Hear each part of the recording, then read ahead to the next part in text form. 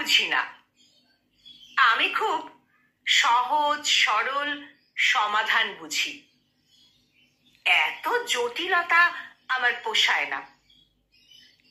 যারা ফ্রাস্ট্রেটেড, নিজেদের দায়িত্ব সামলাতে সামলাতে, যাদের বিয়ে হয়ে গেছে, বউ বাচ্চা বর সংসার অফিস নিয়ে যারা নাজেহাল, যাদের জীবনে একঘেয়েমি এসে গেছে, যাদের কাছে বেঁচে থাকা মরে যাওয়া দুটোই সমান, যাদের জীবনে কোনো গল্প নেই, আনন্দ নেই, ব্যথা নেই, যারা মানুষ থেকে কবেই যেন যন্ত্রে পরিণত হয়েছে, তাদের নতুন করে আরো একবার প্রেমে পড়া উচিত।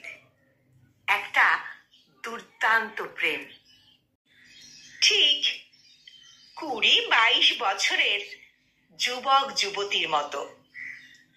সমাজের নীতি নিয়মের বিরুদ্ধে গিয়ে, সবার আড়ালে আবটালে গিয়ে লুকিয়ে প্রেমে পড়া উচিত।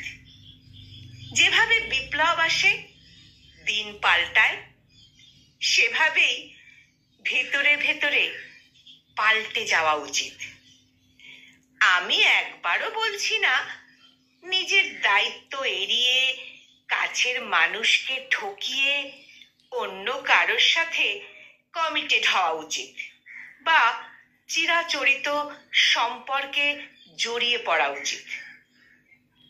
কিন্তু প্রতিটা মানুষের একটা খোলা বারান্দার দরকার, যেখানে যখন ইচ্ছে বসা যায়, ঘন্টার পর ঘন্টা সময় কাটানো যায়।